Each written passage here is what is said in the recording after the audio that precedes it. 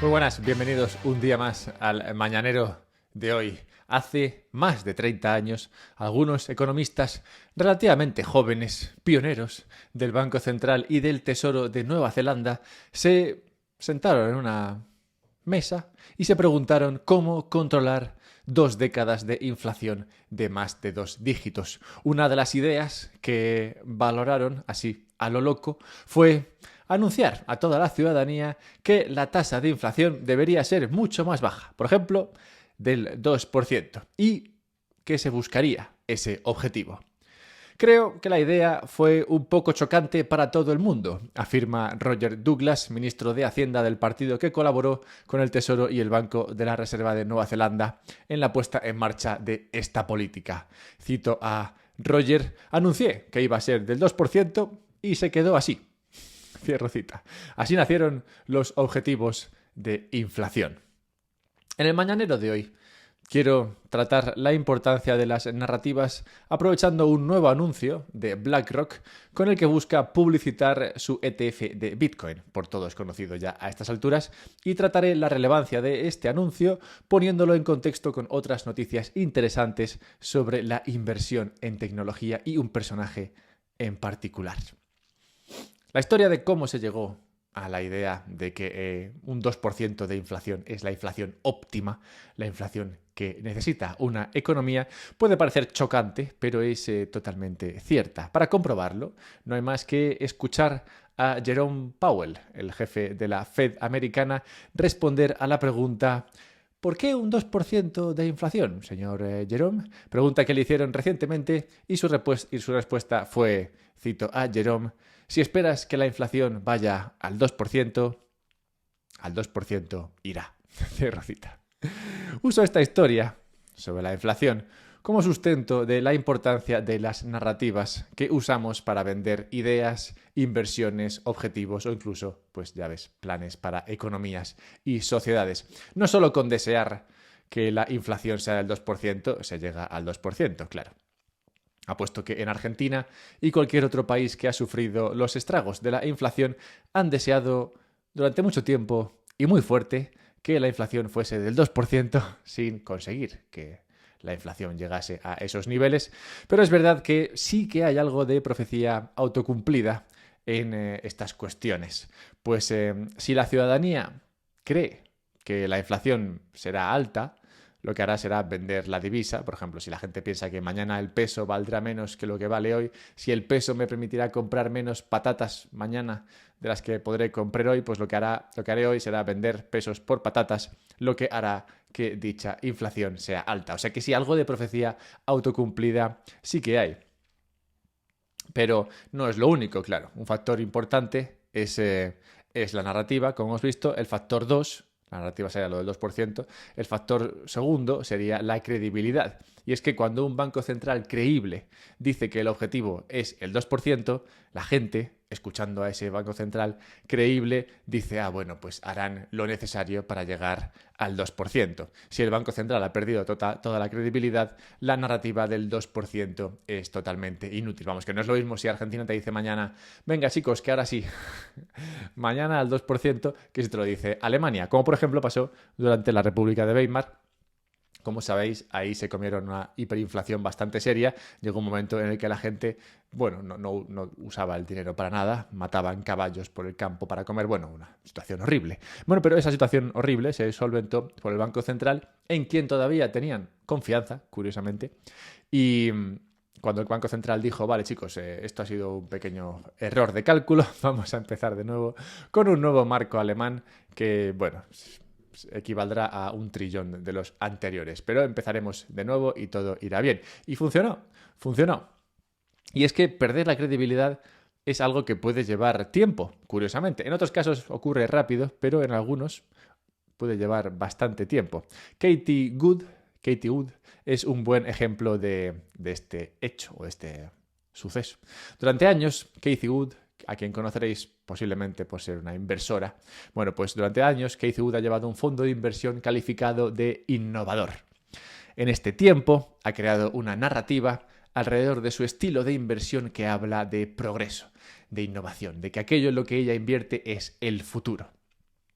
Las empresas en las que invierte son la encarnación de la innovación que viene y a ella la invitan a hablar en todos los saraos sobre el futuro, sobre las empresas, sobre cómo evolucionará la vida en el planeta, y todo esto lo quieren escuchar de boca de Casey, pues se ha creado esa narrativa a su alrededor de inversora del futuro. Ante esta situación, Fringe Economics, o el escritor que está detrás de este blog, se pregunta cómo de mal tiene que hacerlo un conocido gestor de fondos para que no le vuelvan a invitar a la CNBC a hablar de sus tesis por el futuro. No basta con quemar 14.300 millones de dólares en patrimonio. Pregunta que me parece que es, interesante valorar, y que por eso me parece justo que Fringe Economics la haga. Y es que el track record de inversión de los fondos de Cathie Wood dejan mucho que desear. Wood ha obtenido un rendimiento inferior al de su índice de referencia, que sería el Nasdaq. Como sabéis, el Nasdaq es el índice en el que cotizan las empresas tecnológicas punteras innovadoras de progreso americanas. Bueno, pues Wood ha tenido un rendimiento inferior al Nasdaq de en torno al 95%. En los últimos 3 años. Esto es un 95% peor que su índice de referencia. Imagínate tú que, no sé, tu referencia tu referencia para tu trabajo es, no sé, tu compañero que hace lo mismo que tú y tú lo haces un 95% peor que él. Imagínate en qué situación te dejaría eso.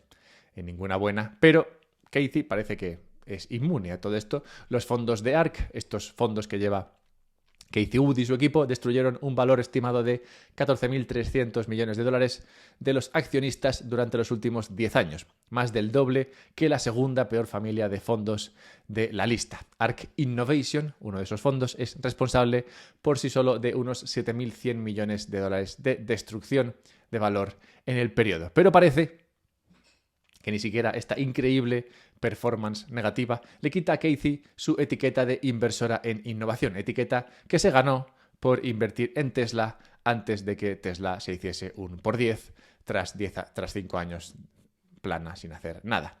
¿Qué nos enseña esto? Pues que igual solo hace falta acertar una vez, como en el caso de Nueva Zelanda con la inflación al 2%, o el caso de Cathie Wood con Tesla, para crear una narrativa que se sostenga. Lo que me lleva a Bitcoin. Muchas narrativas se han creado alrededor de Bitcoin en los pocos años de vida que tiene. Quizás la más conocida sea la de Bitcoin es oro digital. Por ello, ante el lanzamiento de los ETFs de Bitcoin, ETFs de los que hemos hablado largo y tendido en estos mañaneros, cabía imaginar, al menos en mi cabeza, cabía imaginar que la manera de vender Bitcoin por parte de las empresas detrás de estos ETFs sería usar la narrativa de oro digital. Básicamente, como me lo imaginaba yo, es de esta manera. Me imaginaba a los gestores de BlackRock, los vendedores, los promotores y todo eso, llamando a sus clientes y diciéndoles: Bitcoin, chicos, esto es como oro digital. Si te mola el oro, bueno, pues esto te gustará más. Y ya está. Pero no parece que sea esta la narrativa que estén siguiendo. Al menos no el líder de los ETFs de Bitcoin, que sería BlackRock. Y es que BlackRock, como sabemos, está triunfando con el ETF. De hecho, el 50% de todo el dinero que ha entrado en sus ETFs este año ha entrado en el ETF de Bitcoin. Si hay una medida de triunfo, pues esta podría ser una. Creo que han entrado unos 5.000 millones en el Bitcoin, en el ETF de Bitcoin, y 10.000 millones en ETFs en total en BlackRock. O sea que sí, claramente está triunfando, y debido a este triunfo, BlackRock está empujando fuerte el ETF de Bitcoin, empujándolo además o principalmente con anuncios.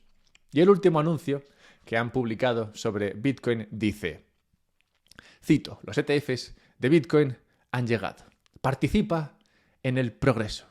Cierro cita. Y vemos aquí que BlackRock no vende Bitcoin como oro digital ni como una divisa, sino como progreso. Una razón que se me ocurre para no venderlo como oro digital es que tienen otro ETF de oro. Y claro, pues si tienes un ETF de oro, llama a tus clientes y decirles: oye, no compres, cómprate Bitcoin porque es oro digital, que es mucho mejor que el oro. Eso podría invitar a la gente a salirse del ETF de oro, que también tiene BlackRock y meterse en el ETF de Bitcoin. Entonces, claro, tienes que encontrar una narrativa que no sea esta, tienes que encontrar otra narrativa diferente.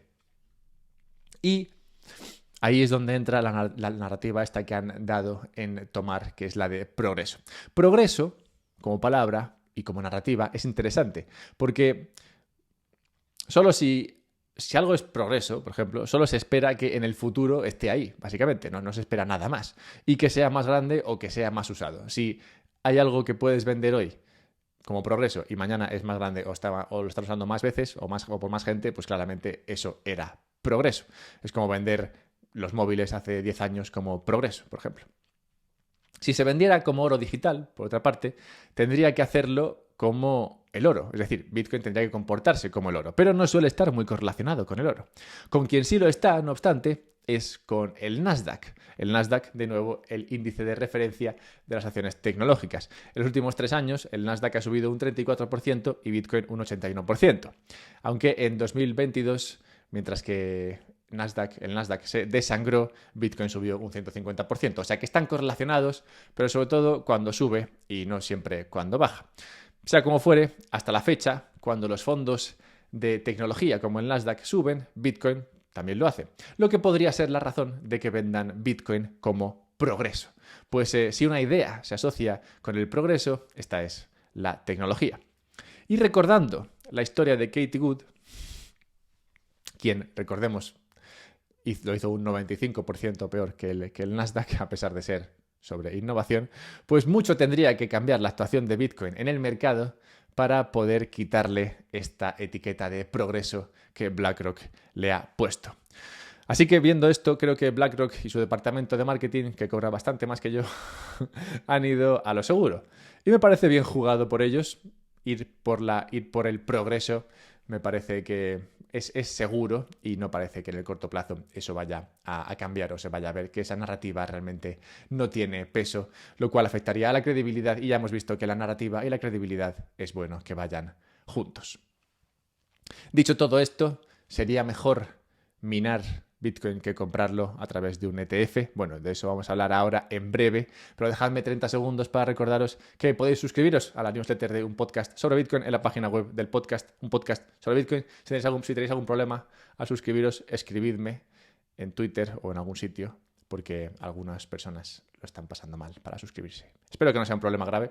Estoy tratando de solucionarlo, pero soy un poco paquete para estas cosas. Suscríbete si quieres recibir contenido extra. Esta semana estoy trabajando en un artículo sobre Porsches, Lambos y por qué los bitcoiners invierten en los segundos y no en los primeros.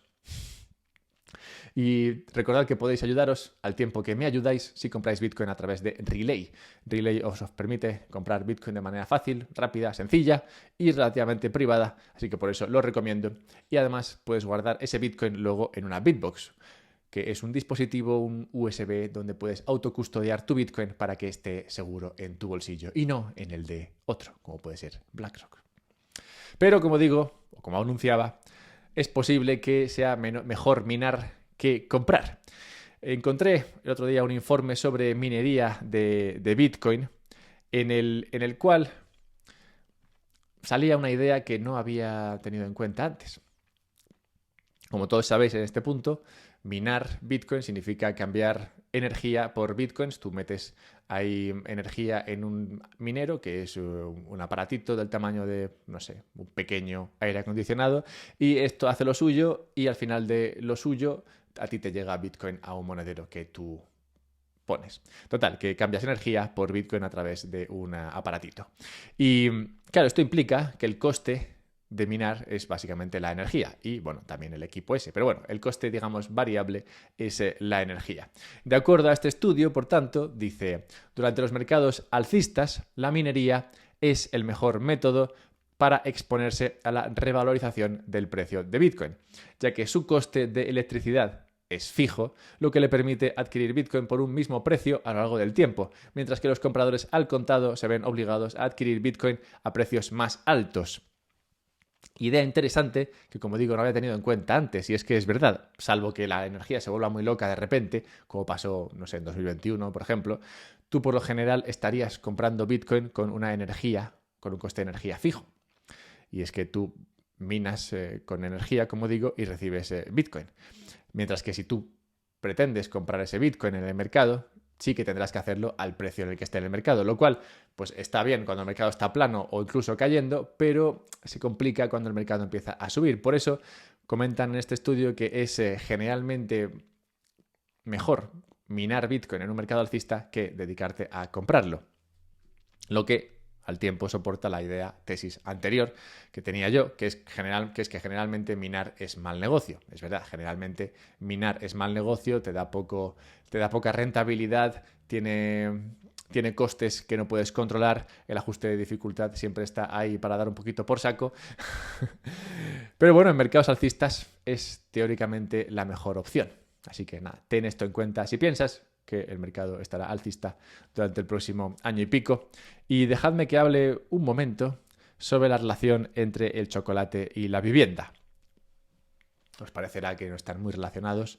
Ahora vengo yo aquí a deciros que sí que lo están. Hace unos mañaneros, no sé cuántos, ponle que sean, no sé, 20 o 30 mañaneros, hablé del cacao. Un mercado en el que comentaba los precios son muy bajos, al menos los precios mayoristas, los precios del cacao, y un mercado, por tanto, en el que los productores, que principalmente están en África, sacaban apenas réditos ante esta injusticia, claramente, que los productores no sacasen suficiente dinero. Pues ante esta injusticia se pedía por parte de, los medios, ya sabes, medios generalistas, más control de precios. Ya comentaba yo en ese momento, cuando hablé de este tema, que seguramente, sin pruebas, pero tampoco dudas, habría sido precisamente el control de precios lo que había llevado al problema inicial. Y que, por eso mismo, el mayor control de precios no debería ser nunca la solución. Bueno, pues han pasado unos meses y ahora el precio del cacao está por las nubes en los mercados internacionales. Ríete tú del aceite de oliva, el cacao está todavía más alto que el aceite de oliva. O sea que ahora mismo ese manjar que es ponerte un poquito de chocolate con aceite de oliva en un poquito de pan, está carísimo. Te podrás comer el pan, sin más, que no es tan guay. Y he descubierto, en este nuevo análisis sobre el cacao, nueva información que quiero compartir con vosotros porque me parece que habla sobre el mercado de la vivienda, curiosamente. Bien, el principal productor de cacao es Costa de Marfil. Y lo es porque hace 30 años el rey o regente, presidente, no sé, emperador de turno, invirtió el dinero de sus ciudadanos en cultivar cacao como si no hubiera un mañana. Digamos que tuvo una visión, y la visión es que Costa de Marfil iba a ser la cuna del cacao. Y se puso a cultivar cacao, poner árboles de cacao en todos los jardines. Lo que llevó, claro, a una sobreproducción y también a bajos precios. Lo que llevó a que fuese necesario, aparentemente, controlar el precio de venta del cacao para que fuese suficiente para sustentar a los productores de cacao, que claro, a esos bajos precios no eran capaces de ganar suficiente dinero para subsistir. ¿Qué pasa? Que esto está, bien, supuestamente. La idea al menos era buena para tratar de eso, de que la gente subsistiera con los bajos precios, pero lo malo es que los productores no se benefician cuando el precio sube.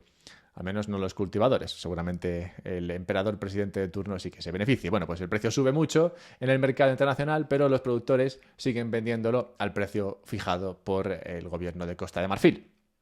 ¿Qué implica esto? Bueno, pues lo que implica es que, claro, el negocio del cacao en Costa de Marfil ha sido una mierda, básicamente en los últimos años, y esto ha implicado muy baja inversión. ¿Y qué ha hecho esto? Bueno, pues que los árboles envejezcan, que también les pasa, y produzcan menos cacao.